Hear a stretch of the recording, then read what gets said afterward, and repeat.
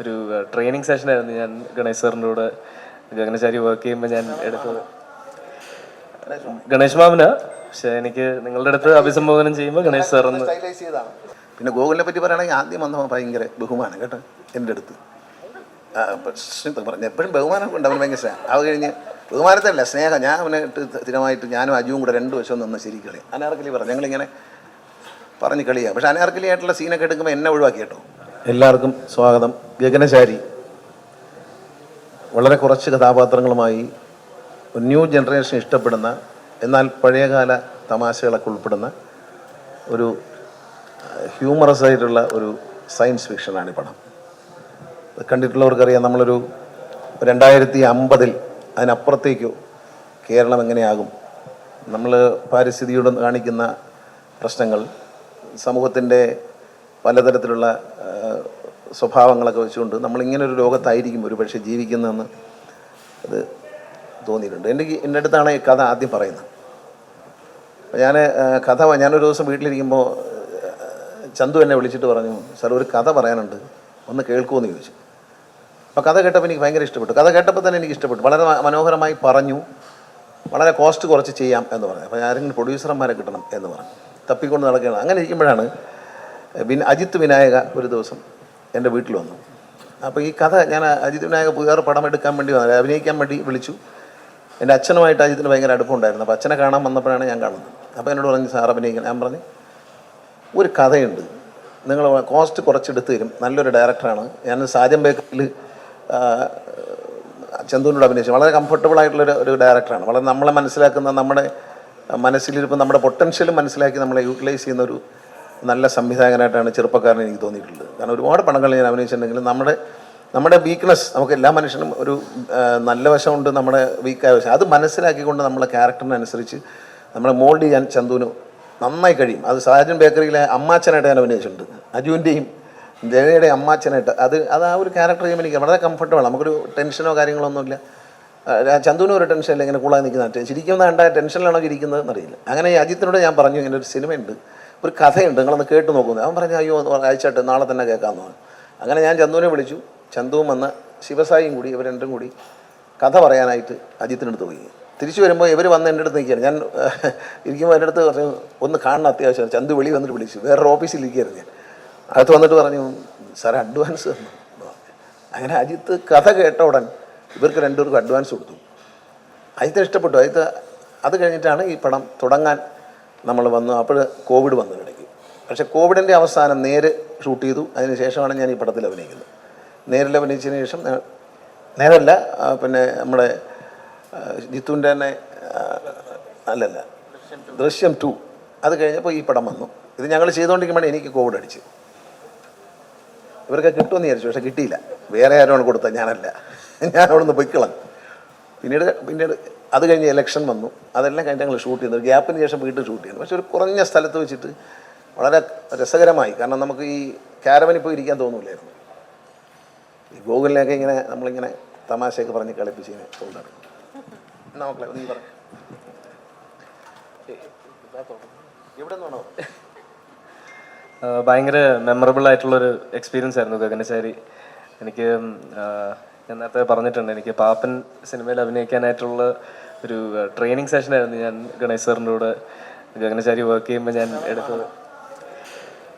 ഗണേഷ് മാമിന്, പക്ഷെ എനിക്ക് നിങ്ങളുടെ അടുത്ത് അഭിസംബോധന ചെയ്യുമ്പോൾ ഗണേഷ് സാറെന്ന്.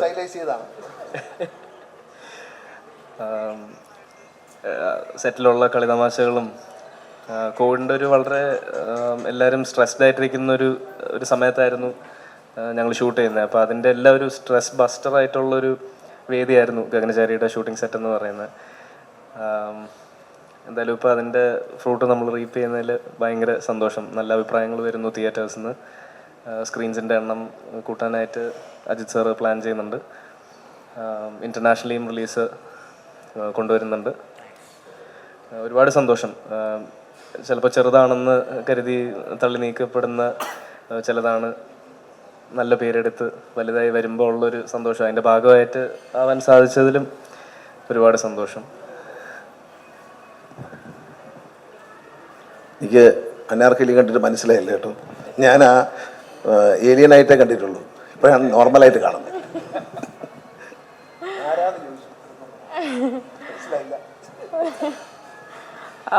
ഗഗനാചാരി പറഞ്ഞ പോലെ ഷൂട്ട് ചെയ്യുന്ന സമയത്തൊക്കെ സിനിമയ്ക്കകത്ത് കാണുന്ന ഈ കളിയും തമാശയൊക്കെ ആ ഒരു ഷൂട്ട് ചെയ്യുന്ന സമയത്തും കുറേ ഉണ്ടായിരുന്നു. പിന്നെ ഒരു ലോക്ക്ഡൗൺ ഒക്കെ കഴിഞ്ഞ് നമുക്ക് തീരെ വർക്കൊന്നും ഇല്ലാതിരിക്കുന്ന സമയത്ത് ഭയങ്കര ആശ്വാസമായിരുന്നു ഗഗനാചാരി. ചന്തുവായിട്ടാണെങ്കിലും സുർജിത്തും സായിയൊക്കെ ആയിട്ടാണെങ്കിലും നമ്മൾ ഭയങ്കര ഒരു റാപ്പോ ആയിരുന്നു ഉണ്ടായിരുന്നത്. ഗണേശ് സാറായിട്ടും ആണെങ്കിലും എനിക്ക് പറഞ്ഞിട്ട് ഭയങ്കര ഭയങ്കര കുറേ കഥയൊക്കെ പറയും എപ്പോഴെപ്പോഴും. അപ്പോൾ ഇങ്ങനെ പഴയ കഥകളൊക്കെ പറഞ്ഞ് നമ്മളെപ്പോഴും ഇങ്ങനെ രസിപ്പിക്കുന്ന ഒരാളായിരുന്നു. പിന്നെ എന്താ പറയുക, ഇത്രയും നല്ല ഒരു റെസ്പോൺസ് കിട്ടാൻ സാധിച്ചതിൽ വളരെയധികം സന്തോഷമുണ്ട്. ഇത്രയൊന്നും ഞാൻ തീരെ പ്രതീക്ഷിച്ചിട്ടുണ്ടായില്ല. എന്താ സിനിമ ഷൂട്ട് ചെയ്യുന്ന സമയത്താണെങ്കിലും ഇതിൻ്റെ ഒരു സ്വഭാവം എന്താണെന്ന് എനിക്ക് തീരെ മനസ്സിലായിട്ടുണ്ടായില്ല. പിന്നെ ആദ്യം ഇതിൻ്റെ ഒരു ഫൈനൽ പ്രൊഡക്റ്റ് കാണുമ്പോഴാണ് അയ്യോ ഇത് ഭയങ്കര രസമുള്ളൊരു പടമാണല്ലോ എന്ന് മനസ്സിലായത്. എനിക്കൊന്ന് hats off to Arun Chandu. കാര്യം പുള്ളിയുടെ ഡെഡിക്കേഷനും ഹാർഡ് വർക്കും ഇത്രയും നാളത്തെ ഒരു കാത്തിരിപ്പുമാണ് ഗഗനാചാരി എന്ന് എനിക്ക് തോന്നുന്നത്. Thank you. കണ്ടിട്ടുള്ള ഒരു പെർഫോമർ ഗണേഷ് കുമാറുണ്ട്. അതായത് ഈ പറഞ്ഞ പോലെ ഹ്യൂമറും ഇമോഷൻസും എല്ലാം കൊണ്ട് ഭയങ്കര നമ്മളെ രസിപ്പിക്കുന്ന ഒരാൾ. ആ പെർഫോമർ ആസ്പെക്ട് എപ്പോഴെങ്കിലും ഈ സിനിമ കേട്ടപ്പോൾ തോന്നിയിട്ടോ? സ്ക്രിപ്റ്റ് കേട്ടപ്പോൾ, സിനിമയുടെ കഥ കേട്ടപ്പോൾ എനിക്ക് ഭയങ്കര ഇഷ്ടപ്പെട്ടു. എന്നോട് പറഞ്ഞു സാർ ഈ വേഷമാണ് ചെയ്യുന്നത് പറഞ്ഞു. വിക്ടറിനെ പറ്റി പറഞ്ഞപ്പോൾ എനിക്ക് ഇഷ്ടപ്പെട്ടു. ഞാൻ ചെയ്യണമെന്ന് ആഗ്രഹം തോന്നി, പക്ഷേ ആരോട് പറയാൻ.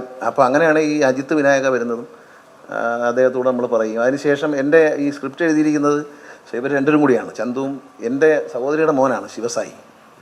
അവനെ മാമൻ പോയ വഴിക്ക് സിനിമയിൽ പോകണമെന്ന് ആഗ്രഹിച്ചാണ്. പക്ഷെ ഞാനൊക്കെ സിനിമ വന്ന കാലത്ത് എൻ്റെ അച്ഛൻ അടി വരുമായിരുന്നു, വഴക്ക് പറയായിരുന്നു. അമ്മയും അച്ഛനും, അമ്മയ്ക്ക് ഇഷ്ടമായിരുന്നു. ശിവനെയൊക്കെ അച്ഛനും അമ്മയ്ക്കും ഒക്കെ പിള്ളേരെ ഇപ്പോഴത്തെ ജനറേഷൻ മാറി എന്നുള്ളതാണ്. അവരെയൊക്കെ പ്രോത്സാഹിപ്പിക്കുകയാണ്. ഞാനൊക്കെ സിനിമയിലെ വയ്ക്കുമ്പോൾ കളിയാക്കുമായിരുന്നു, സിനിമയിൽ പോയി എന്ന് പറയും. അങ്ങനെ നമ്മൾ യുദ്ധത്തിന് പോയി മരിച്ചതുപോലെയായിരുന്നു ആളുകൾ കണ്ടിരുന്നത്. പക്ഷേ ഇപ്പോൾ കാലം മാറി, നല്ല കുട്ടികൾ വരുന്ന അവർക്ക് നല്ല ഐഡിയാസ്. ഒരു ഡോക്ടർ തന്നെ ഒരു സീനിലേ അഭിനയിച്ചുള്ളൂ, പക്ഷെ നമ്മൾ മനസ്സിൽ തട്ടും. ആ വരുന്ന കുറച്ച് കഥാപാത്രങ്ങളേ ഉള്ളൂ, ഒരു റോളുണ്ട് എല്ലാവർക്കും. അതാണ് ആ സ്ക്രിപ്റ്റിൻ്റെ ഒരു പ്രത്യേകത. പിന്നെ ഈ സ്ക്രിപ്റ്റിനെ പറ്റി ഒരു വലിയ തമാശയുണ്ട്. ഇത് അവസാന സെക്കൻഡ് ഷെഡ്യൂൾ വന്നു. കൊറോണ എല്ലാം കഴിഞ്ഞ് ഷൂട്ട് ചെയ്ത് തുടങ്ങിയപ്പോൾ ഇവർ ഞാനും നോക്കിയിരിക്കുമ്പോൾ, ഞാനും അജുവും കൂടെ, ഈ അജുവും ഞാനോട് നോക്കിയിരിക്കുമ്പോൾ ഇവർ രണ്ടും കൂടെ മരത്തിൻ്റെ മുകളിലോട്ട് പോകും. ഈ ചന്തുവും ഈ ശിവസായിയും കൂടെ ഇവരങ്ങോട്ട് പോകുമ്പോൾ ഞാൻ പറയുന്നില്ല, അവന്മാർക്ക് കഥ ഉണ്ടാക്കാൻ പോവുക എന്ന് പറയും. കുറച്ച് കഴിയുമ്പം ഇവനൊരു പ്രിൻ്റർ എടുത്ത് പുറത്ത് വയ്ക്കും ശിവസായി. ഉടനെ ചന്തു അത് ദൂരേക്ക് അറിയാത്തവരെ നിൽക്കും. പിന്നെ അതിനകത്തൊരു കമ്പ്യൂട്ടറിലൊക്കെ അടിച്ച് ഒരു സീൻ ഇറങ്ങി വരികയാണ്. ഈ പ്രിൻ്റ് ചെയ്ത് വരുന്ന ചൂട് സ്ക്രിപ്റ്റാണ് കൊണ്ടുവരുന്നത്. അവസാനം ഞാൻ പറഞ്ഞു, ഇനി നിങ്ങളെ ഈ കാറും അത് വെച്ചേക്കുന്ന കാറും പ്രിൻ്ററും ലാപ്ടോപ്പും എടുത്ത് തോട്ടിക്കളയും എന്ന് പറഞ്ഞു. അങ്ങനെയാണ് നിർത്തിയത്. ഇവർ ഓരോ ദിവസം രാത്രി ഇരുന്നവർക്ക് ഓരോ ഐഡിയ തോന്നും, പിറ്റേ ദിവസം രാവിലെ ഷൂട്ട് ചെയ്യും. ഇങ്ങനെ ഷൂട്ട് ചെയ്ത് പോവാണ്. കഥ ഇങ്ങനെ വിശാലമായി പോവായിരുന്നു. പിന്നെ ഗോകുലിനെ പറ്റി പറയുകയാണെങ്കിൽ ആദ്യം വന്നപ്പോൾ ഭയങ്കര ബഹുമാനം കേട്ടോ എൻ്റെ അടുത്ത്. പറഞ്ഞു എപ്പോഴും ബഹുമാനം ഉണ്ട്, അവന് ഭയങ്കര സ്നേഹം. അത് കഴിഞ്ഞ് ബഹുമാനത്തിനല്ല സ്നേഹം. ഞാൻ അവനെ സ്ഥിരമായിട്ട് ഞാനും അജുവും കൂടെ 2 വശവും നിന്ന് ശരി കളി. അനാർക്കലി പറഞ്ഞു, ഞങ്ങളിങ്ങനെ പറഞ്ഞ് കളിയാണ്. പക്ഷെ അനാർക്കലി ആയിട്ടുള്ള സീനൊക്കെ എടുക്കുമ്പോൾ എന്നെ ഒഴിവാക്കി കേട്ടോ. അത് പിന്നെ നമ്മളെ മോനല്ലേ, അവനെ അങ്ങനെ പറയാൻ പറ്റുമോ? അപ്പോൾ അവൻ എൻ്റെ അടുത്ത് കുറേ ദിവസം കഴിഞ്ഞപ്പോൾ എന്നെ പറഞ്ഞു, ഗണേഷ് മാമൻ ഉള്ളതുകൊണ്ടാണ് എനിക്ക് ഇത്ര ഫ്രീ ആയിട്ട് അഭിനയിക്കാൻ പറ്റുന്നത്. കാരണം എന്നെ കാണുന്നതിലൂടെ ആദ്യം അഭിനയിക്കാൻ വരുമ്പോൾ അവൻ്റെ അച്ഛനുണ്ട് അഭിനയിക്കുന്നതിലും പേടിയായിരുന്നു അവന് വല്ല ബെരട്ടൂലും ചെയ്യുന്നു. പക്ഷേ അവൻ നോക്കിയപ്പം അവന് നല്ല ഹ്യൂമർ ചെയ്യാനുള്ള കഴിവുണ്ട്. ഞാൻ പറഞ്ഞു മുമ്പ് എന്നോട് ചോദിച്ച ചോദ്യമുണ്ട്, ഇത് നല്ലൊരു പെർഫോമിങ് ക്യാരക്ടർ ആര് തന്നു? മണിച്ചിത്ര താഴിൽ കിട്ടി, എനിക്ക് തന്നാലേ അഭിനയിക്കാക്കൂ. നേരിൽ കിട്ടി, നന്നായി അഭിനയിക്കാൻ പറ്റി.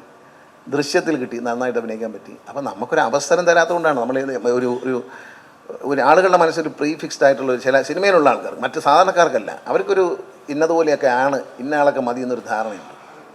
അപ്പോൾ ചന്തു എന്നെ കണ്ടപ്പോൾ ഇഷ്ടം തോന്നി. കാരണം എൻ്റെ ഇരകൾ മൊട്ട് ചന്തു ഇങ്ങനെ പറയും, ഇരകളിങ്ങനെ പല പ്രാവശ്യം കണ്ടിട്ട് ഇരകൾ എന്ന സിനിമയെക്കുറിച്ചും ജോർജ് സാറിനെ പറ്റിയിട്ടൊക്കെ ഭയങ്കര ആരാധന. എന്നോട് ചന്തു പറയായിരുന്നു, ജോർജ് സാറിനെ ഒന്ന് കൊണ്ടുപോയി കാണിച്ചു തരുന്ന ദിവസം സാർ എറണാകുളത്ത് വരുമ്പോൾ ഒന്ന് പറഞ്ഞാൽ ഞാനോട് വരാം. ജോർജ് സാറിനെ കാണാൻ പോകുമ്പോൾ എന്നെ കൂടെ കൊണ്ടുപോകും. അത്ര ആരാധന ഉണ്ടായിരുന്നു KG ജോർജിനോട്. ജോർജ് സാറിനെ കാണാൻ അങ്ങനെ ഒരു ചെറുപ്പക്കാരൻ്റെ അതൊരു മനസ്സിൽ അത് ഒരുപാട് നല്ല സിനിമകളെക്കുറിച്ചുള്ള ചർച്ചയും ഒക്കെ ഉണ്ട്. മാത്രമല്ല സ്വന്തം ക്ഷമയോടെ നിന്ന് ചെയ്യും. അതാണ് എനിക്ക് ഭയങ്കര ഇഷ്ടപ്പെട്ടത്. അത് നല്ലൊരു അവസരം, കഥ പറയുമ്പോൾ തന്നെ നല്ലൊരു അവസരം എനിക്ക് കിട്ടിയെന്നുള്ളതാണ്. വേറൊരു സസ്പെൻസ് കൂടി ഉണ്ട്. അതിപ്പോൾ പറയണോ പിന്നെ പറയണോ? കുറച്ച് കഴിഞ്ഞ് പറയാം. ഈ സിനിമയുടെ റിലീസിന് ശേഷം ഒരു ഏലിയനെ വല്ലാതെ കണ്ട് ഇഷ്ടപ്പെടുന്ന ഒരു ഉപകാരവുമില്ലാത്തൊരു സിനിഫൈൽ അത് ഞാനാണ്, അലനീസ് മീ എന്ന് പറഞ്ഞിട്ട് ഉള്ള ഹാഷ്ടാഗുകളൊക്കെ ട്വിറ്ററിൽ ട്രെൻഡ് ആവുന്നുണ്ട്. അലനോട് വല്ലാത്തൊരു ഇഷ്ടമുണ്ട് ആളുകൾക്ക്. ഇപ്പോൾ ചില ആക്ടേഴ്സിന് ചില സിനിമകൾ കഴിയുമ്പോൾ തന്നെ വരുന്നൊരു ഇഷ്ടമുണ്ടല്ലോ.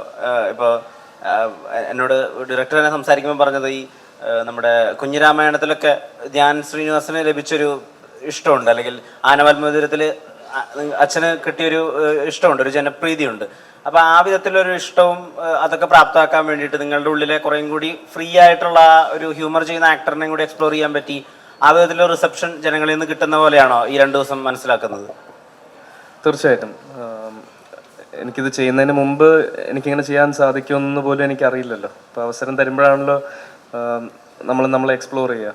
അപ്പം അല്ലാതെ ഞാനിപ്പോൾ ഒരു വളരെ സീനിയർ ആയിട്ടുള്ളൊരു ആക്ടറോ അല്ലെങ്കിൽ ഹൺഡ്രഡ്സ് ഓഫ് മൂവീസിൽ അഭിനയിക്കാനായിട്ട് ആ ഒരു ഭാഗ്യം ലഭിച്ച ഒരു ആക്ടറോ അല്ല. അപ്പോൾ നമ്മൾ ഓരോ സിനിമ ചെയ്തു വരും. ഇനി ലഭിച്ചാൽ സന്തോഷം. നമുക്ക് ചെയ്തു വെച്ചിരിക്കുന്ന ഒരു എത്ര വർക്ക് ചെയ്തിട്ടുണ്ടോ അതിനകത്തു നിന്നാണ് ഓരോ സ്റ്റേജിൽ നമ്മൾ പഠിച്ച് ബെറ്ററായി വരിക.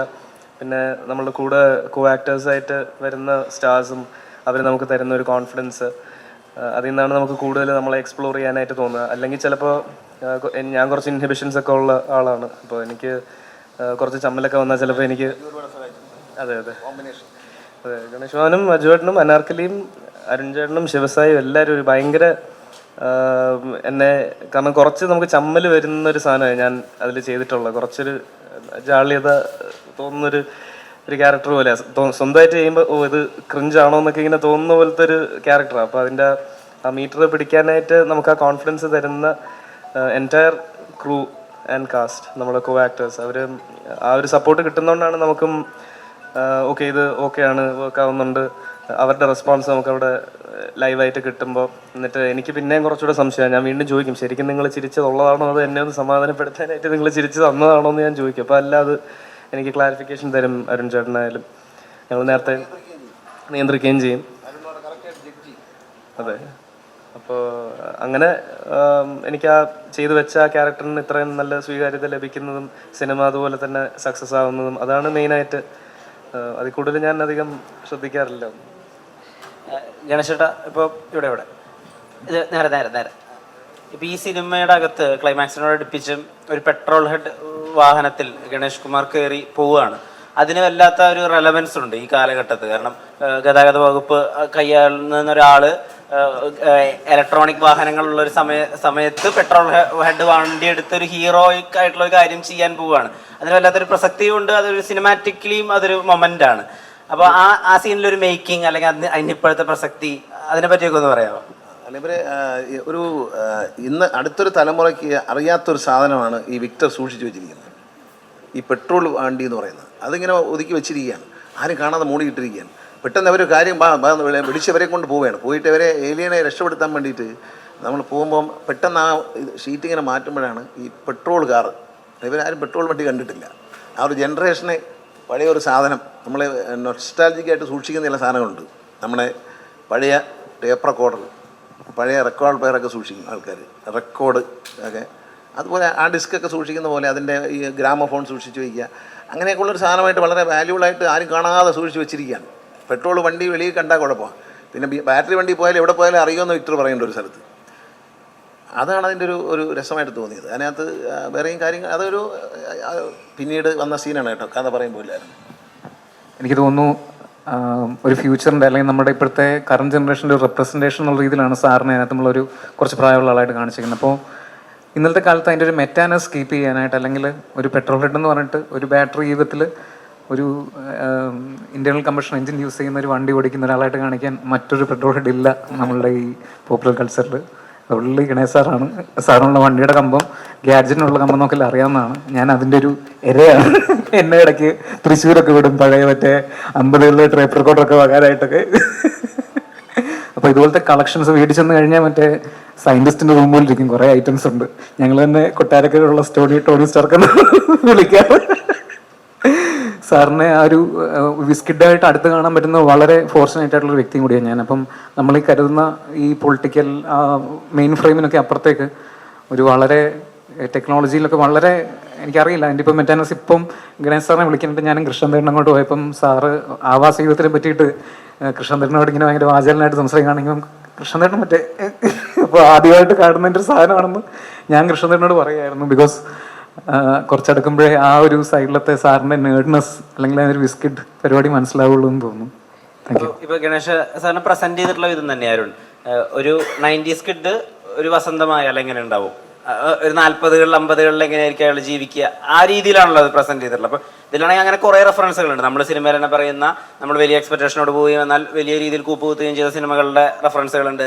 നാസയ്ക്ക് വേണ്ടി ഡെവലപ്പ് ചെയ്ത സോഫ്റ്റ്വെയർ അതിനകത്ത് വരുന്നുണ്ട്. അപ്പം അങ്ങനെ കുറേ കാര്യങ്ങളുണ്ട്. ഇതൊക്കെ അദ്ദേഹത്തിനോട് കമ്മ്യൂണിക്കേറ്റ് ചെയ്തത് അല്ലെങ്കിൽ അദ്ദേഹം അതിനോട് റിയാക്ട് ചെയ്തത്, അദ്ദേഹത്തിന് ഇതൊക്കെ മനസ്സിലായിരുന്നോ, ആ ഒരു കാര്യം ഒന്ന് പറയാമോ? നമ്മളിത് ആദ്യം പറയുന്ന സമയത്ത് തന്നെ നമുക്ക് കിട്ടിയിരിക്കുന്ന ഫസ്റ്റ് അക്രഡിഷൻ, നമുക്ക് ISI മാർക്ക് കിട്ടുക എന്ന് പറയുന്ന പോലെ ഗണേശ് സാറിന് മനസ്സിലാകുന്ന ആദ്യത്തെ ISI മാർക്ക് പഠിത്തണ്ടേ. അപ്പോൾ അത് കിട്ടിക്കഴിഞ്ഞ സമയത്ത് തന്നെയാണ് ഇറ്റ്സ് എ ഗോ, നമുക്ക് ചെയ്യാന്നുള്ളൊരു സാധനം കിട്ടി. പിന്നെ ഇങ്ങനത്തെ കാര്യങ്ങൾ നമ്മുടെയൊക്കെ മനസ്സിലൊരു പ്രീ ജഡ്ജ്മെന്റ് ഉണ്ടാവുമല്ലോ. ഇത്ര ആൾ ഒരു പോയിന്റ് കഴിഞ്ഞിട്ടുള്ള ഇത്ര വയസ്സ് കഴിഞ്ഞിട്ടുള്ള ഒരാളോട് ഇങ്ങനത്തെ കാര്യങ്ങൾ പറഞ്ഞാൽ മനസ്സിലാവില്ല. അല്ലെങ്കിൽ നമ്മൾ സോ കോൾഡ് ഇന്ന് റെഡിറ്റിലൊക്കെ ആവശ്യമില്ലാത്ത ആൾക്കാരുടെയൊക്കെ കമന്റ് ചെയ്യാൻ കണ്ടു. ആരോ എന്നിട്ട് പറഞ്ഞിട്ടുണ്ട് ഇത് വസന്തങ്ങൾക്ക് മനസ്സിലാവില്ല, അതിന് പോലെന്നൊക്കെ. നമ്മളെ വസന്തമായിട്ട് നമ്മൾ സെൽഫ് റെപ്രസെന്റ് ചെയ്യുന്നുണ്ടെങ്കിൽ തന്നെയാണ് അതിൻ്റെ ഏറ്റവും വലിയൊരു ഫിൽട്രേഷൻ തോന്നുന്നു. നമുക്ക് നല്ല കണ്ടന്റ് കാണാൻ താല്പര്യം ഉണ്ടെന്നുണ്ടെങ്കിൽ വസന്തമൊന്നും അങ്ങനെയൊന്നും ടേം ചെയ്യേണ്ട ആവശ്യമില്ല എന്നും എനിക്ക് തോന്നുന്നു. അപ്പം ഒരു വസന്തം അല്ലാത്തതിൻ്റെ ഏറ്റവും വലിയ തെളിവാണ് നമ്മൾ ഈ പറയുന്ന കാര്യങ്ങൾ പെർസീവ് ചെയ്യുക എന്നുള്ളത്. So that's it. അതാണ് അതിൻ്റെ ഒരു ആൻസർ എന്ന് തോന്നുന്നു. ഇന്നത്തെ ഈ ഒരു പ്രസ് മീറ്റിൽ ഒരു പ്രത്യേകത ഉണ്ട്. സാധാരണ സിനിമകൾ റിലീസ് ചെയ്യുന്നതിന് മുമ്പ് എല്ലാവരും ഇരുന്ന് തള്ളുന്നേക്കാം, ഇത് ഭയങ്കരമായിരിക്കും, ഗംഭീരമായിരുന്നു. പക്ഷേ ഇത് കൊള്ളാം എന്ന് ധാരാളം റിവ്യൂ വരികയും കണ്ടിറങ്ങുന്നവർ വളരെ സന്തോഷത്തോടെ അതിനെ നന്നായിരിക്കുന്നു എന്ന് പറയുകയും ചെയ്യുന്ന സമയത്ത് നടക്കുന്ന ആദ്യത്തെ ഒരു ഇൻ്റർവ്യൂ ആയിരിക്കും ഒരു പക്ഷേ ഇത്. സത്യമല്ലേ? അങ്ങനെ ഒരു പ്രസ് മീറ്റ് നടക്കുമ്പോൾ വെറുതെ ഇരുന്ന് തള്ളുന്നതാണ്. ഞാൻ ചില സിനിമയൊക്കെ തോന്നി തള്ളു കേട്ടിട്ട് കാണാൻ പോയിട്ടുണ്ട്, വളരെ ദുഃഖിതനായിട്ടുണ്ട് അവസാനം. ഞാൻ ചില സിനിമയെ കാണുമ്പോൾ തോന്നി, ഈ തള്ളു കേൾക്കുമ്പോൾ എനിക്ക് തോന്നി, ദൈവമേ ഞാനും ഒരു നടനായിരുന്നല്ലോ, എന്നെ ഇതിനകത്തൊന്ന് വിളിച്ചിരുന്നത് എന്ത് നന്നായിരുന്നു എന്ന്. പക്ഷേ പിന്നെ സിനിമ കണ്ടിട്ട് എനിക്ക് തോന്നി, എനിക്ക് വിളിക്കാത്തത് നന്നായി എന്ന് എനിക്ക് തോന്നാറുണ്ട്, തുറന്നു പറയാം. അതിൻ്റെ ഒരു നമ്മളെന്താ പറയുക, ഒരു ഡിഫറൻറ്റ് സിനിമ. നമ്മൾ അന്ന് വരെ അറിയാത്ത ഈ സിനിമയിൽ ഒരു കാര്യമുണ്ട്. നമ്മൾ അന്ന് വരെ ലോകം അന്ന് വരെ അറിയാത്തൊരു സാധനമുണ്ട്, ലോക്ക്ഡൗൺ ചെയ്ത് അകത്തിരിക്കുക. അതിനെ ബേസ് ചെയ്ത് ഒരു മലയാള സിനിമയും വന്നിട്ടില്ലല്ലോ, അല്ലേ? ലോക്ക്ഡൗൺ ചെയ്ത് അകത്തിരിക്കുക എന്നുള്ളത് ആ ലോക്ക്ഡൗണിൻ്റെ മറ്റൊരു മുഖമാണ്. കൊറോണ വന്ന് ലോക്ക്ഡൗൺ ചെയ്തതുപോലെ മറ്റൊരു കാര്യത്താൽ ലോക്ക്ഡൗൺ ചെയ്തെന്ന മനുഷ്യൻ്റെ ഒരവസ്ഥ തന്നെയാണ്. നമ്മൾ കഴിഞ്ഞ ഒരു 2 വർഷത്തോളം നമ്മൾ ലോക്ക്ഡൗൺ ചെയ്തിരുന്ന 1.5 വർഷത്തെ അനുഭവമാണ് ഈ കഥയിൽ വരുന്നത് ശരിക്കും പറഞ്ഞാൽ, അല്ലേ? ലോക്ക്ഡൗൺ കഴിഞ്ഞാണ് എൻ്റെ അടുത്ത് കഥ പറയുന്നതല്ല, നേരത്തെ കഥ കുറച്ച് മുമ്പേ പറയുന്നത്. ഈ കഥ പറഞ്ഞതിന് ശേഷമാണ് ലോക്ക്ഡൗൺ വരുന്നത്, അല്ലേ? നമ്മൾ എൻ്റെ ഓഫീസിൽ വന്ന് ഞാനിങ്ങനെ മെസ്സേജിന് അപ്പുറം വയ്ക്കും. അപ്പോൾ ഒരു കലാകാരൻ കാലത്തിന് മുമ്പേ പോകുന്നുള്ളതാണ്. ഈ കഥ പറയുമ്പോൾ ലോക്ക്ഡൗൺ ഒന്നും ഇട്ടില്ല. ഒരു പ്രശ്നം കൊണ്ട് ലോകത്ത് പുറത്തിറങ്ങാൻ പറ്റാത്ത അവസ്ഥ. പക്ഷേ അത് കഴിഞ്ഞാണ് കോവിഡ് വരുന്നതും പുറത്തിറങ്ങാൻ പറ്റാത്ത അവസ്ഥയുണ്ടായത്. ശരിക്കും ആ കഥ കേട്ട് കുറച്ച് ദിവസം കഴിഞ്ഞപ്പോൾ പ്രൊഡ്യൂസറെ കിട്ടി. അത് നല്ലൊരു കാര്യമാണ്. അജിത്ത് അതിനൊക്കെ വളരെ താല്പര്യത്തോടെ നിൽക്കുകയും നല്ലൊരു പ്രൊഡ്യൂസർ എന്നുള്ളതിൽ പ്രവർത്തിക്കുകയും ചെയ്തിട്ടുണ്ട്. ഞാൻ ശിവൻ്റെ കൊടുക്കാം. ശിവസായി കഥ എഴുതിയാളെന്ന് പറയട്ടെ.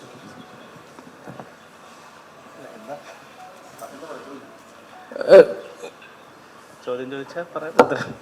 ഈ സിനിമയുടെ റൈറ്റിങ്ങിനകത്ത് പോയിട്ടുള്ള ഒരു വിധമുണ്ടല്ലോ, വളരെ ഫ്യൂച്ചറിസ്റ്റിക് ആയ, വളരെ ടെക്നിക്കലി അല്ലെങ്കിൽ തിയററ്റിക്കലി ഒക്കെ കുറച്ച് ഹെഡ് ആയിട്ടുള്ള കാര്യങ്ങളാണ് ഇതിൽ പറയുന്നത്. തിയറീസ്, ഏലിയൻസിന്റെ തിയറീസ് ആയാലും പൂച്ച റെഫറൻസ് ആയാലും ഒക്കെ കുറച്ച് കോൺസ്പിറസി തിയറീസ് ഒക്കെ ഇൻവോൾവ് ചെയ്തിട്ടുള്ള കാര്യം. പക്ഷെ നിങ്ങൾ അതിനെ ഏറ്റവും ലോക്കലി ഗ്രൗണ്ടഡ് ആക്കി, റൂട്ടഡ് ആക്കി, ഇപ്പോഴത്തെ കുട്ടികളൊക്കെ പറയുന്ന സിനിമ റെഫറൻസുകളൊക്കെ വെച്ചിട്ട് അതിനെ പ്ലേസ് ചെയ്തിട്ടുണ്ട്. സോ ഇതിപ്പോൾ എത്ര ഡ്രാഫ്റ്റുകൾ പോയിട്ടുണ്ട് ആ എഴുത്തിലേക്ക്, എത്ര ഇൻഡെപ്ത് അത് സാധാരണക്കാരന് മനസ്സിലാവണം, എന്നാൽ ഈ പറഞ്ഞ കോൺസ്പിറസി തിയറി ഒക്കെ വരച്ച് കലക്കി കുടിച്ച കൃഷ്ണനെ പോലുള്ള ആളുകൾക്ക് മനസ്സിലാവണം, അങ്ങനെ ഒരു ഇതിൽ. കോൺസ്പിറസി തിയറിയുടെ ഈ ഒരു സംഭവങ്ങളൊക്കെ നമ്മൾ ഇതിപ്പം ഡെയിലി കോൺവെർസേഷൻ്റെ ഭാഗമായിട്ട് തന്നെ നമ്മൾ ഡിസ്കസ് ചെയ്യുന്ന സാധനമാണ്. ഞാനും ചന്തു ചേട്ടനും ഇങ്ങനെ ഇവിടെ എങ്ങനെയാണ് ഇപ്പം നാസയിൽ ഈ ഒരു സംഭവം ഉണ്ടായി എന്നൊക്കെ. അപ്പം അതൊക്കെ നമ്മൾ ഒരു സീനിൽ 2 കഥാപാത്രങ്ങൾ തമ്മിലുള്ള സംഭാഷണം വരുമ്പോൾ ആ കോണ്ടെക്സ്റ്റിൽ ഇതങ്ങ് ഉൾപ്പെട്ട് പോവുകയാണ്. നമ്മളത് എഴുതുമ്പോൾ ഓർഗാനിക്കായിട്ട് സംഭവിക്കുന്നത് തന്നെയാണത്. പിന്നെ ഇതിൻ്റെ മെയിൻ റൈറ്റിംഗ് ചാലഞ്ച് എന്ന് പറയുന്നത് ഇതിൻ്റെ ഒരു ഫോർമാറ്റ് നിങ്ങളെല്ലാവരും ശ്രദ്ധിച്ചിട്ടുള്ള ഒരു മോക്യുമെൻ്ററി എന്നുള്ളൊരു ഫോർമാറ്റാണ്. ഇപ്പോൾ ഈ ഓഫീസ് പോലത്തെ TV സീരീസുകളിൽ, അതായത് കഥാപാത്രങ്ങൾ ക്യാമറയെ നോക്കി ഒരു കമൻട്രി കൊടുക്കുന്ന പോലത്തെ ഒരു ഫോർമാറ്റാണ്. അപ്പോൾ അത് സ്ക്രിപ്റ്റിലോട്ട് വരുമ്പോഴും അത് മലയാളം ഡയലോഗ്സ് എഴുതുമ്പോഴും അതിൻ്റേതായിട്ടുള്ള ബുദ്ധിമുട്ടുകളും കാര്യങ്ങളുമായിരുന്നു. ഈ ഫ്യൂച്ചറിസ്റ്റിക്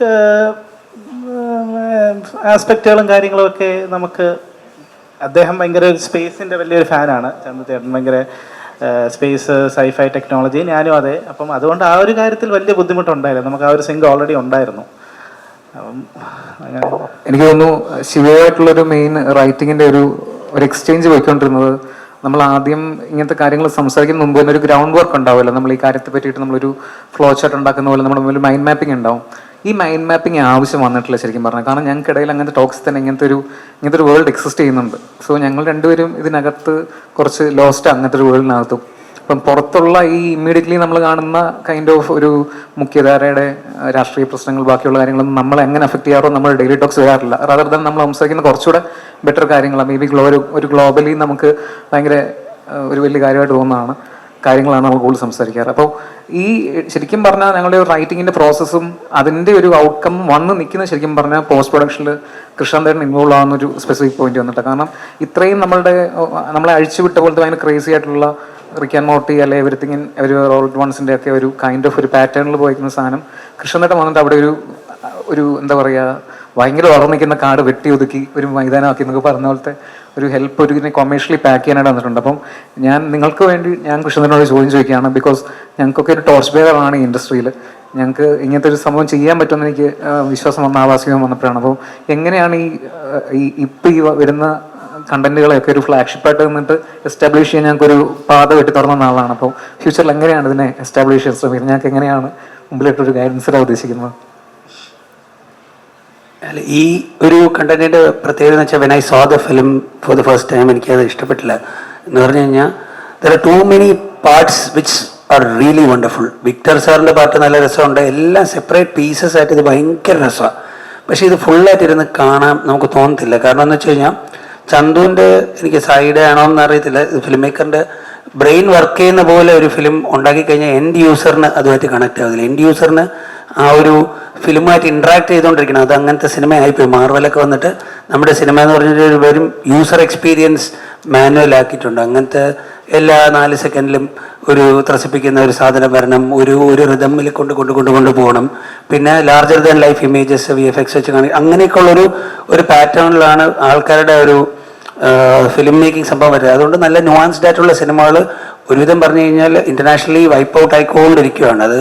അപ്പോൾ അങ്ങനത്തെ ഒരു സമയത്ത് ഇത് എത്ര നല്ലതെന്ന് പറഞ്ഞാലും people might not connect with this, they will not reach the core idea. അപ്പോൾ അങ്ങനെയാണ് ഞാൻ ആദ്യമൊക്കെ നിങ്ങൾ അവോയ്ഡ് ചെയ്യുന്ന പോലെ ഫുള്ളായിട്ട് അങ്ങ് മാറി നിന്നെന്ന് വെച്ച് കഴിഞ്ഞാൽ ചിലർക്ക് ഇത് റിസീവ് ചെയ്യാൻ പറ്റത്തില്ല. ഇത് മോശമാണ്, അല്ലെങ്കിൽ ചില ഏരിയാസ് ഭയങ്കര രസമുണ്ട് മാൻ, പക്ഷെ ബാക്കിയൊന്നും കൊള്ളത്തില്ല. ഇതിൻ്റെ മ്യൂസിക് ഡയറക്ടറിനെ ഞാൻ വളരെ മോശമായിട്ട് പറഞ്ഞിട്ടുണ്ട്. ഇയാൾക്ക് മ്യൂസിക് ചെയ്യാൻ അറിഞ്ഞൂടല്ലോ. അതെ, എന്നിട്ട് മ്യൂസിക് ഡയറക്ടർ എന്തിനാണെങ്കിലും ചെയ്യുന്നിട്ട് പിന്നെ നമ്മൾ കുറേ ഒക്കെ അവിടെ ഇവിടെയൊക്കെ വർക്ക് ചെയ്തായിരുന്നു. അപ്പം മ്യൂസിക് ഡയറക്ടർ പറഞ്ഞു ഇയാൾ കൊടുത്ത റെഫറൻസ് എങ്ങനെ ആയിപ്പോയെന്ന്. അങ്ങനെ we started working on this not from scratch, പക്ഷേ we already had the material. ഇത് ഷൂട്ട് ചെയ്താലേ ഇങ്ങനത്തെ ഒരു സാധനത്തിന് എന്തൊക്കെ ചെയ്താലും ഇതിനെ ബെറ്റർ ആക്കാൻ പറ്റത്തുള്ളൂ. അല്ലാതെ ഇതിനെ ഷൂട്ട് ചെയ്തില്ലെങ്കിൽ then it's very tough to actually discover something very sharp from this mess. അപ്പോൾ ഈ മെസ്സ് ഓൾറെഡി ഉണ്ട്. ഇതിൻ്റെ അകത്ത് ഒരുപാട് കട്ട് ചെയ്ത് കളഞ്ഞാൽ ഒരുപാട് ജോക്സുകളുണ്ട്. അത് നിങ്ങൾ ടീച്ചറായിട്ടൊക്കെ കാണുന്നുണ്ട്. അതെല്ലാം ഇതിൻ്റെ അകത്ത് കണ്ടൻറ്റിൻ്റെ അകത്തുള്ള ഹ്യൂമറാണ്. പിന്നെ രണ്ടാമത്തെന്ന് വെച്ച് കഴിഞ്ഞാൽ ഈ ടോർച്ച് ബെയറർ അങ്ങനെയൊക്കെ പറയുന്ന സാധനമൊക്കെ അത് ഐ തിങ്ക് അതൊക്കെ ചുമ്മാ തോന്നുന്നതാണ്. കാരണം ഞാൻ ഡെലിബറേറ്റ്ലി അല്ല ഇങ്ങനെ വന്നത്. സാഹചര്യങ്ങളുടെ സമ്മർദ്ദം കാരണം സിനിമ ചെയ്യാൻ പറ്റാത്തതുകൊണ്ട് സിനിമ സ്വന്തമായിട്ട് തന്നെ എങ്ങനെയെങ്കിലുമൊക്കെ how can I make a film with the things that I have വെച്ചിട്ട് ചെയ്ത films I could sell and I could also get some recognition. അപ്പോൾ അത് ഭയങ്കര ഇൻസ്പയറിംഗ് ആയിട്ട് തോന്നിയിട്ട് അങ്ങനെ പോകുന്നുണ്ട്. അപ്പോൾ അങ്ങനെ ഒരു കണ്ടന്റ് നമ്മൾ ഉണ്ടാക്കുമ്പോൾ ഒരിക്കലും അത് നമ്മൾ ലൈവിൽ പറഞ്ഞ പോലെ ഒരു ചെറിയ വീട്, അവിടുത്തെ അവിഹിത ഗർഭം, അതിൻ്റെ അച്ഛനാരെന്ന് കണ്ടുപിടിക്കുന്ന അങ്ങനത്തെ സിനിമകളും അല്ല. 5 പേര് ഒരു മുറിയിലുണ്ട്, ഒരാൾ ചത്ത് കിടന്നു, വഴിക്കൂടെ പോയ ചേട്ടനാണ് കൊന്നതെന്ന് പറയുന്ന സിനിമയല്ല. അങ്ങനത്തെ സിനിമ പറഞ്ഞു കഴിഞ്ഞാൽ അതിനൊരു പർട്ടിക്കുലർ രീതിയുണ്ട് പറയാൻ. മലയാള സിനിമ അങ്ങനെയാണ് പറഞ്ഞു പോകുന്നത്. അപ്പോൾ അങ്ങനത്തെ സിനിമ പറഞ്ഞു കഴിഞ്ഞാൽ as an independent film maker I cannot cell this content. അപ്പോൾ അതുകൊണ്ട് അതിനെ ഒന്ന് ആ പറയുന്ന രീതിയിൽ ഒരു മാറ്റം വരുത്തിയിട്ട് അത് പറയാൻ നോക്കുന്നതാണ്. അപ്പോൾ അത് വർക്ക് ചെയ്യുന്നുണ്ട്. കാരണം ഗ്ലോബൽ കണ്ടന്റുമായിട്ട് എക്സ്പോസ്ഡ് ആയ ഒരു ഓഡിയൻസ് കൊറോണ കഴിഞ്ഞപ്പോൾ വന്നു. പിന്നെ ഭാഗ്യം എന്നൊക്കെ പറയുന്ന സാധനത്തിലൊക്കെ എന്തൊക്കെയോ ഉണ്ട്. അപ്പം that's how and I am happy that a lot of people are inspired. അപ്പോൾ അതുകൊണ്ട് ഇങ്ങനത്തെ കണ്ടന്റുകൾ ചെയ്യാൻ ആൾക്കാർക്ക് ഒരു ധൈര്യം വരും. ഗഗൻചാരിയുടെ പോസ്റ്റ് ചെയ്തതാണ്. ഗഗൻചാരി കണ്ടു കഴിഞ്ഞാൽ I receive at least 1 time loop script every week. ഒരു ടൈം ലൂപ്പ് സ്ക്രിപ്റ്റ് എങ്കിലും ആരെങ്കിലും എനിക്ക് എല്ലാ ആഴ്ച അയക്കാറുണ്ട്. ഇതിൽ ഒന്നെങ്കിലും ഒന്ന് ആയി കാണണമെന്ന് ആഗ്രഹമുണ്ട്. അപ്പം I am so happy that films like this are happening. ഗണേശേട്ടാ ഈ പടം കണ്ടതിന് ശേഷം സുരേഷ് ഏട്ടൻ പറഞ്ഞു ഗണേഷ് പൊളിച്ചു എന്നൊരു ഇത് വന്നിട്ടുണ്ട്. അപ്പം സുരേഷ് ഏട്ടൻ ഗണേശേട്ടൻ വിളിക്കുകയോ അല്ലെങ്കിൽ മെസ്സേജ് ചെയ്യോ ഈ പടം കണ്ടതിന് ശേഷം എന്തെങ്കിലും? സുരേഷ് വീട്ടിൽ വെച്ചാൽ പടം കണ്ടപ്പോൾ എന്നോട് പറഞ്ഞു, നീ നന്നായിട്ടുണ്ടെന്ന് പറഞ്ഞു. എൻ്റെ അടുത്ത് വിളിച്ചത് നീ നന്നായി, ഞാനത് പറഞ്ഞു, അവരുടെ അടുത്ത് പറഞ്ഞു. അപ്പം സായിയും ഗോകുലൊക്കെ ഉണ്ടായിരുന്നു. അപ്പോൾ എന്നോട് ഫോണിൽ വിളിച്ചപ്പോൾ ഇങ്ങനെ പറഞ്ഞ ഒരു ദിവസം, നീ ആ പടത്തിൽ നന്നായിട്ടുണ്ട് കേട്ടോ. അതൊരു സന്തോഷമുള്ള കാര്യമായിരുന്നു. കാരണം ഞാനത് അങ്ങനെ പടം ചെയ്തിട്ട് ഒരു നല്ലൊരു അപ്രീസിയേഷൻ വരുന്നു എന്ന് പറയുമ്പോൾ എനിക്ക് ഏതൊരു കലാകാരന് ഏറ്റവും താല്പര്യമുള്ള കാര്യമാണ്. ഇതിൽ നമ്മൾ വിട്ടുപോകാതെ ഞങ്ങളുടെ ഈ ഷൂട്ടിങ്ങിനിടയിൽ ഏറ്റവും വലിയൊരു വൈബ് ഉണ്ടാക്കിയത് അജുവാണ്. ഇന്ന് അജു ഇവിടെ ഇല്ലാത്തതിൻ്റെ വിഷമം എനിക്കുണ്ട്. അജുവാണ് ഇതിനിടയിൽ നിറഞ്ഞ് ആ ചെറിയ മുറിക്കകത്ത് നിറഞ്ഞു തന്നൊരു ഈ വീടിൻ്റെ ഐശ്വര്യം അജു എന്ന് നമുക്ക് പറയാൻ വേണമെങ്കിൽ അത്തരത്തിൽ ഈ വീടിൻ്റെ ഐശ്വര്യമായിട്ട് നിൽക്കുകയും ഓരോ ഞാനും ആ ബെഡിൽ കിടക്കുമ്പോൾ വരുന്ന സീനൊക്കെ ഉണ്ട്. അജു വന്ന് ബഹുമാനമൊക്കെ കാണിക്കുന്നുണ്ട് എൻ്റെ അടുത്ത്. പിന്നെ കളരിപ്പായിട്ട് വളരെ രസകരമായ കാര്യം എന്ന് പറയുന്നത്, ഇതിൻ്റെ ഷൂട്ടിംഗ് നടക്കുമ്പോൾ ഈ പറഞ്ഞ ശരിയാണ്, കുറേ സീനും കയ്യിലുണ്ടായിരുന്നു കേട്ടോ. ഒരു സീനുണ്ടായിരുന്നു എന്നെ വേറെ മറന്നു പോകാൻ പറ്റാത്ത 2 പേര്. ഒന്ന് മല്ലിക സുകുമാരൻ, മല്ലിക ചേച്ചിയാണ്. മല്ലിക ചേച്ചിയുടെ ഒരു ശബ്ദം, ഞങ്ങൾ ലളിത ചേച്ചിയാണ് പണ്ട് നോക്കാൻ പോയത്, പക്ഷേ ലളിത ചേച്ചി അപ്പോഴത്തേക്കും സുഖമില്ലാതെയായി. പക്ഷേ മല്ലിക ചേച്ചിയുടെ ഒരു പ്രസൻസ് നമുക്ക് ഭയങ്കരമായിട്ട് ഫീൽ ചെയ്യും. ഈ ഒരു സീനുണ്ടായിരുന്നു, അതിൽ പറയുന്നത് ഈ അനാർക്കലിയുമായിട്ട് ഈ ഏലിയനുമായിട്ട് ഒരു സ്നേഹത്തിലെത്തും ഞാൻ. അപ്പോൾ ഇവർ പിന്നെ ഈ ഡോക്ടർ അലീന വരും, ഒരു സീനിൽ വരുന്നുള്ളൂ. അത് ഈ ക്ലബ്ബിൽ നിന്ന് വിളിച്ചുകൊണ്ട് വന്നിരിക്കുകയാണ്. പെട്ടെന്ന് അവരെ അങ്ങ് വശീകരിച്ചെടുത്തിട്ട് യവന്മാരെ 2 വെളിയിലാക്കും, കഥവിൻ്റെ വെളിയിലാവും. അപ്പോൾ ഇയാളങ്ങ് ആഹാരം എല്ലാം ഈടയില്ലേ വിളി. അങ്ങനെ ഇരിക്കുമ്പോൾ ഈ രാഘവൻ, മറ്റൊരു കഥാപാത്രം, രാഘവത്തിന് ശബ്ദം കൊടുത്താരാണെന്ന് എനിക്കറിയില്ല, എബ്രഹാം എന്നൊരാളാണ്, വളരെ മനോഹരമാണ് രാഘവൻ. അതിലൊരു തമാശയായിട്ട് പറയുന്നുണ്ട്, നാസയിൽ നിന്ന് വന്ന ശമ്പളം കിട്ടാതെ വന്ന ഒരു കൊട്ടാരക്കരക്കാരൻ്റെ നിന്ന് ഞാനൊരു കുറഞ്ഞ വിലയ്ക്ക് ഇങ്ങ് വാങ്ങിച്ചതാ ഇവനെ എന്ന് പറയുന്നുണ്ട്. അപ്പോൾ അതൊക്കെ വേറെ രസകരമായൊരു പഞ്ചെന്ന് പറയുന്നത്. എൻ്റെ നാട്ടിൽ പത്തനാപുരത്തൊക്കെ ഇപ്പോൾ ഭയങ്കര ഒരു ട്രോളുണ്ട്. എന്താണെന്നറിയാം, എൻ്റെ ഓഫീസിലെ കാര്യങ്ങൾ നോക്കുന്ന 2 ആൾക്കാരാണ്, ഞാനുള്ളപ്പോഴും ഇല്ലാത്തപ്പോഴും. ഒരാൾ ഒരു സാമാന്യ ഒരാൾ, മറ്റൊരാളെന്ന് പറഞ്ഞാൽ ഒരു 120 കിലോ തൂക്കവും 6 അടി പൊക്കവും കുഞ്ഞുങ്ങളുടെ മനസ്സുമുള്ള ഹാരിസ് എന്നൊരാളാണ് നോക്കുന്നത്. അപ്പോൾ ഇതിൽ പറയുന്നുണ്ട് 2 അമ്മമാരും അത്ര ശരിയല്ല. പിന്നെ ജോലിയൊക്കെ ചെയ്യുന്നതുകൊണ്ട് നമ്മൾ ഇത് ആളുകൾ എഡിറ്റ് ചെയ്തിട്ട് തിയേറ്ററിൽ നിന്ന് ഷൂട്ട് ചെയ്തിട്ട് ഇത് എഡിറ്റ് ചെയ്ത് അവിടെ ഇപ്പോൾ ട്രോളാണ്. കാരണം ആ തടിയൻ അവൻ എൻ്റെ ഒരു ബന്ധുവായിട്ട് വരും എന്നൊക്കെ പറയില്ലേ. ആ സാധനം എഡിറ്റ് ചെയ്തിട്ട് എൻ്റെ ഓഫീസിലെ കാര്യമായിട്ട് ഇട്ടിരിക്കുകയാണ്. കാരണം ഞാൻ അവരെ പറ്റി കമൻറ്റ് പറയുന്നത്, അവരൊക്കെ കൊട്ടിശ്ശേരിയാണ് സന്തോഷം. അവിടെ നിന്നുള്ള നാട്ടുകാരൻ ഉണ്ടാക്കിയ ഒരു ട്രോളാണത്. അതൊരു അറിയാതെ പറഞ്ഞു പോയൊരു സാധനമാണ്. അത് കറക്റ്റായിട്ട് സിങ്ക് ചെയ്യുന്നു നാട്ടുകാർ ഇതിനെ കണ്ടപ്പോൾ കോറിലേറ്റ് ചെയ്യാണ് ഇതിനെ. ഗഗനചാരി വലിയൊരു ബ്രേക്ക് തന്നെയാണ്. ഇപ്പൊ പുതിയ മേക്കേഴ്സിനെ ഗണേശേട്ടനെ അപ്രോച്ച് ചെയ്യാനും പുതിയ വേഷങ്ങൾ തരാനൊക്കെ വരട്ടെ മോനെ. അപ്പൊ അതിനു വേണ്ടി ഗണേശേട്ടൻ ഇത്രത്തോളം ഓപ്പൺ ആയിരിക്കും എന്നുള്ള, കാരണം ഭയങ്കര തിരക്കുള്ള ആളാണ് ഇപ്പുറത്തെ സൈഡില്. ഞാൻ മുമ്പും മിനിസ്റ്റർ ആയിരിക്കുമ്പോഴും സിനിമയിൽ അഭിനയിച്ചിട്ടുണ്ട്. നല്ല സിനിമയാണെങ്കിൽ വെറുതെ ഒരു തല കാണിച്ച് ഒരു കഥ പറയുമ്പോൾ ആ കഥ ഞാൻ നല്ല ക്യാരക്ടർ എന്താണെന്ന് വെച്ചാൽ, ഒരു കഥ ഞാൻ എൻ്റെ കൂട്ടുകാരനോട് പറയുമ്പോൾ ആ കഥയിൽ ആ കഥാപാത്രത്തെ എടുത്തു പറഞ്ഞിട്ടുണ്ടെങ്കിൽ മാത്രമേ നമ്മൾ ആ സിനിമയിലുള്ള പ്രസൻസ് ഉള്ളൂ. അതൊക്കെ വെറുതെ സൈഡ് റോളെന്ന് വിചാരിച്ചാൽ മതി. നമ്മളെപ്പറ്റി പ്രസൻസ് ഉണ്ടാവണം. ഒരു കഥ, ഞാനൊരു കഥ ഇപ്പോൾ ഗോകുലിന് പറഞ്ഞു കൊടുക്കും, സിനിമ കണ്ടിട്ട് കഥ ഗോകുലിന് പറഞ്ഞു കൊടുക്കുക. അപ്പം ഞാൻ അവനാ കേൾക്കുന്ന എല്ലാ കഥാപാത്രവും ഇമ്പോർട്ടൻ്റാണ്, അല്ലാത്തതൊന്നും ഇമ്പോർട്ടൻ്റ് അല്ല. അതുകൊണ്ടാണ് ഒരു വേറെ രസകരമായ സസ്പെൻസ് ഞാൻ പറഞ്ഞത്, അവിടെ പറഞ്ഞേക്കാം. അങ്ങോട്ട് പോകാനൊക്കെ വിളിക്കുന്നുണ്ട്. ഈ അടുത്തൊരു സാധനമുണ്ട് കേട്ടോ, ഈ സിനിമ നന്നായി ഓടിയാൽ നേരിൻ്റെ ഷൂട്ടിങ് നടക്കുമ്പോൾ ചന്തു എന്നെ കാണാൻ വന്നു. അപ്പോൾ എന്നോടൊരു കഥ പറഞ്ഞു സാറേ എന്ന് പറഞ്ഞു. ഞാൻ പറഞ്ഞു എന്ന് പറഞ്ഞു. അങ്ങനെ മാറിയിരുന്ന് ഞങ്ങളൊരു കഥ പറഞ്ഞു. അതായത് ഈ സയൻസും പൊളിറ്റിക്സും കൂടെ ചേർത്തിട്ടുള്ള AI ടെക്നോളജി അല്ലേ, എന്ത് ടെക്നോളജിയാണ് പറയുന്നത്, ഡീപ്പ് ഫേക്ക് ടെക്നോളജിയിൽ ഉള്ള ഒരു പൊളിറ്റിക്കൽ സ്റ്റോറി. വളരെ രസകരമായൊരു കഥ എന്നോട് പറഞ്ഞിട്ടുണ്ട്.